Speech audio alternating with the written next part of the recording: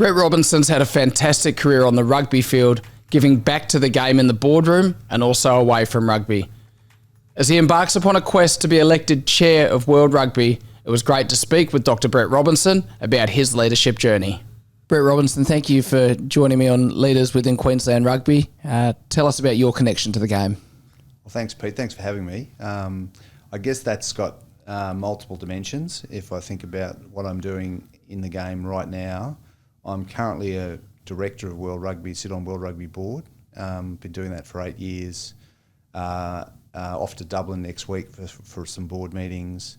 The role of World Rugby is to build this great game of ours globally, and Australian rugby has a big part to play in that, and clearly the decisions we made at World Rugby to bring the World Cups here in 27 and in 29 is a significant decision for Australian rugby, but also for the game. So we're really focused on, I guess, firstly the Women's World Cup in England next year, but then those 2 World Cups in Australia after the Lions next year here is a really great thing for the game in Australia. So I feel really proud to be involved in World Rugby and World Rugby's support of Australia's bid.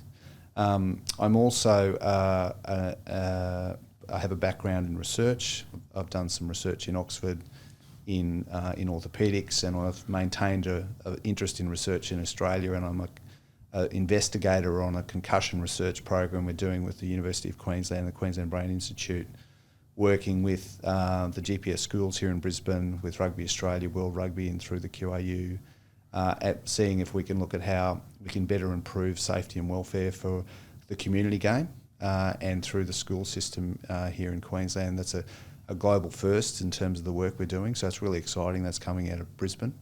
And then finally, I am a father, and I've got 4 children that have played the game, 2 boys, 2 girls. They love the sport, and the 2 boys, I was lucky enough to be here at Ballymore 2 weekends ago for them to play in the 2nd grade grand final, to get belted by brothers, which kills us all.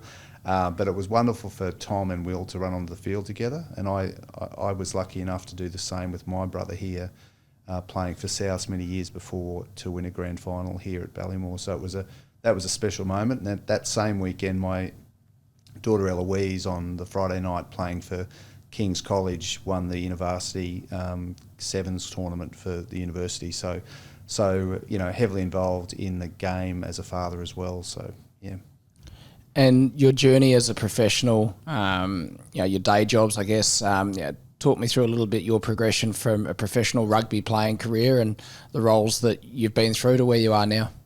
Yeah, well, I grew up in Toowoomba. My family is still in Toowoomba, went to school there, and came to Brisbane and went to University of Queensland to do a medical degree, and stayed at King's College there, which the kids are at now, and I have had an ongoing involvement with that college as well. And I went to medical school just up the road here at Hurston. That's where the medical school is, still here in Queensland, and did my degree there. Went to the Mater Hospital, was a junior house officer, became a surgical trainee, and was going to launch into an orthopaedic career, but rugby got in the way, and I was playing for Queensland through the early 90s and through the really great years that we had under John Connolly. And then when the game turned professional, Rob McQueen asked me to head to Canberra to be a part of a new team called the Brumbies, which was a life-changing decision for me. I was fortunate enough to play for the Wallabies in those early years when I was in Queensland, but never a test match, and the Brumbies allowed me to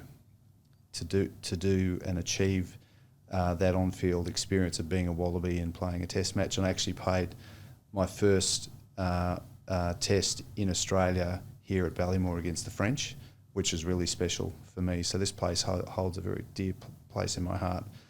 And then I was going to finish off my orthopaedic training, but I ultimately got distracted, and I went overseas and did some study at Oxford in orthopaedics, played for the university there in the very significant match against Cambridge and won both games, which was great.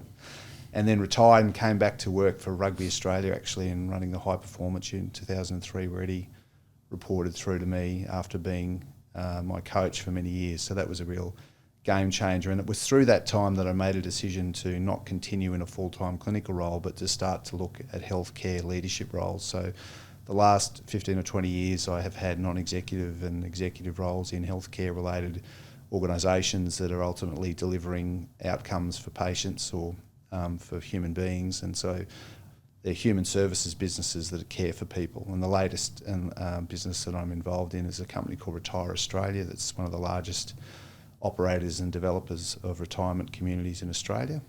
We have about 600 staff, 5,000 to 6,000 residents who live in our communities, and the shareholders who are the New Zealand Super Fund and a company called Invitil invited me in to the business because they were wanting to embed the delivery of care and higher acuity levels of care into their operating model, as well as build out their development pipeline. So that business is going really well.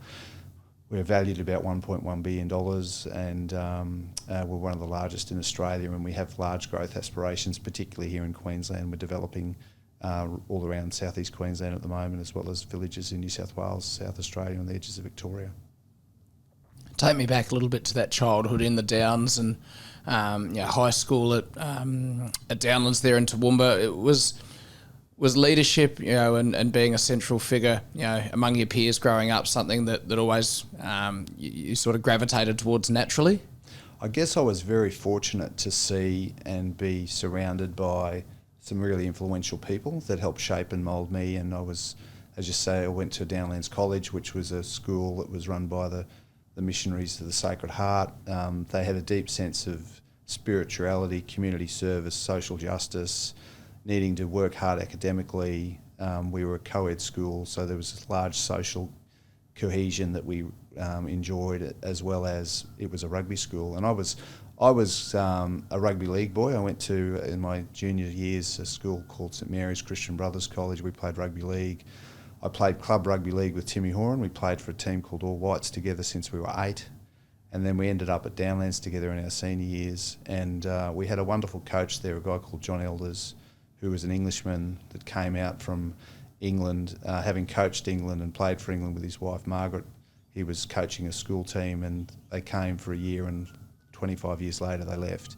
And John's legacy on Downlands, Queensland country rugby and on Queensland rugby was enormous, and Australian rugby, because he produced a huge number of Wallabies out of the Downs, identified them, focused in on them. And the thing that John instilled in many of us was a belief that anything's possible.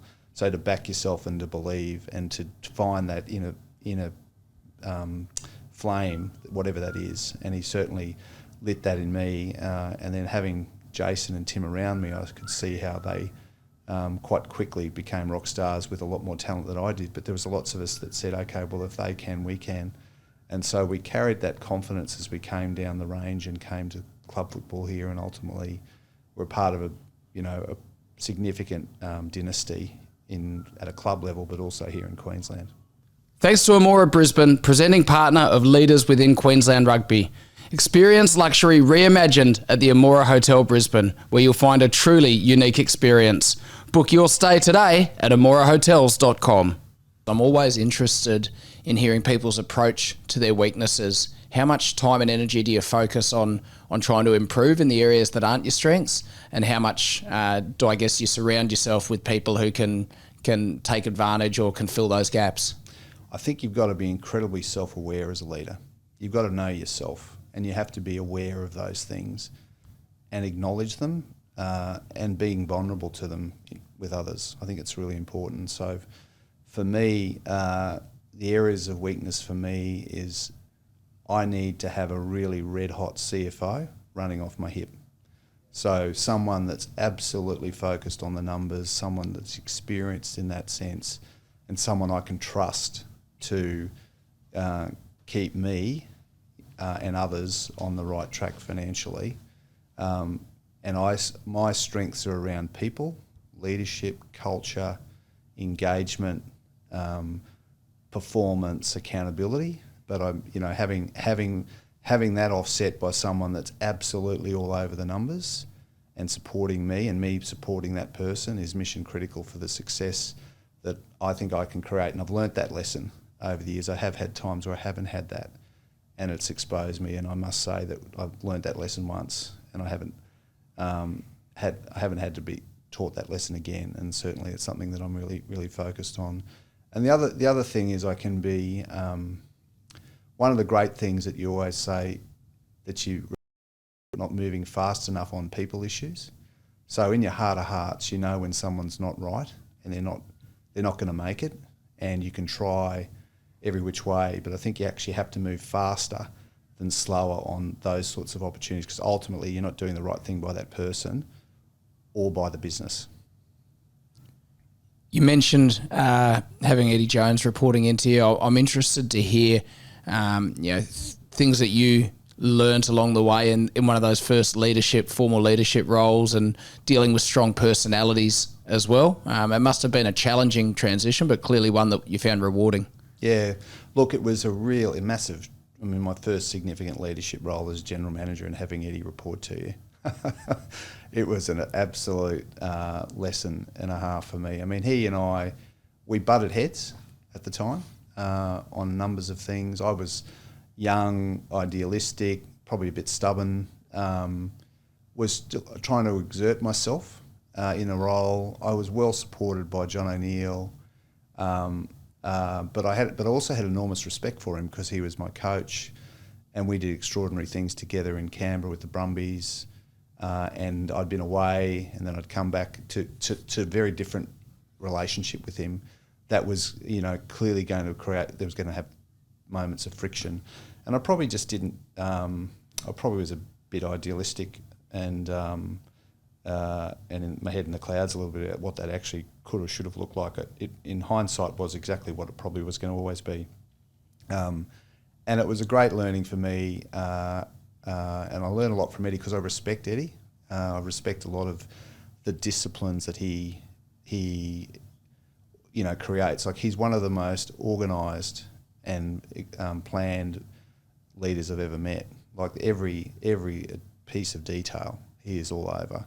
So attention to detail is something that I always admired about Eddie. I think his focus on performance, his ability to want to learn and to grow and to seek new ideas and to challenge himself.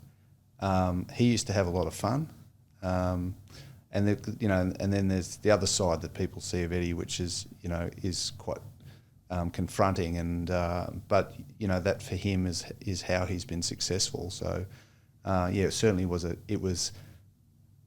real sort of.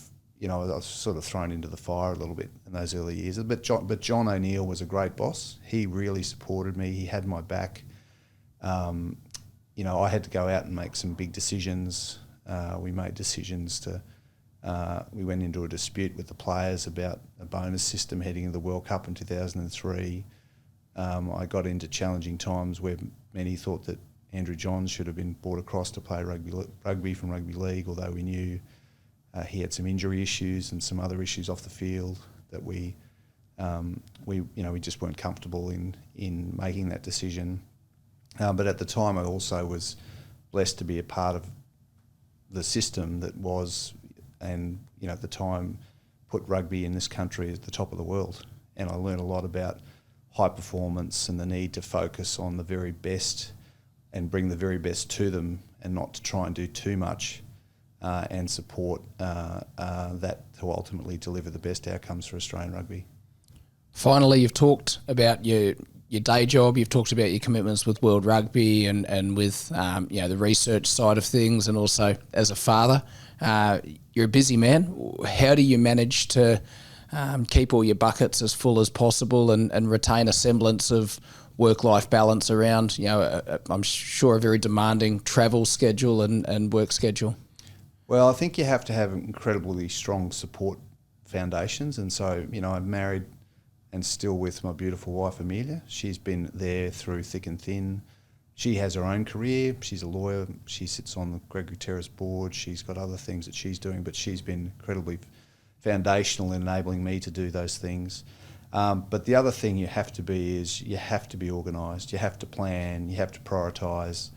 And that's one of the great things I learnt from Eddie and Rod. You just have to, get that diary out a year or two out. The other great bit of advice I got from a mentor is make sure you put your and the time with your family and don't ever change them. But then, build to your schedule, be disciplined about it, and don't get lazy around how you organise and plan your time. Well, thank you for giving up your time to join us here today, Brett. Really appreciate it. No, thanks for having me. Thanks for listening to Leaders Within Queensland Rugby, proudly presented by Amora Hotel Brisbane. Head to Apple Podcasts and Spotify to subscribe and get a new episode every week. Or if you can't wait that long, head to the Queensland Reds YouTube page to see all the episodes in one place.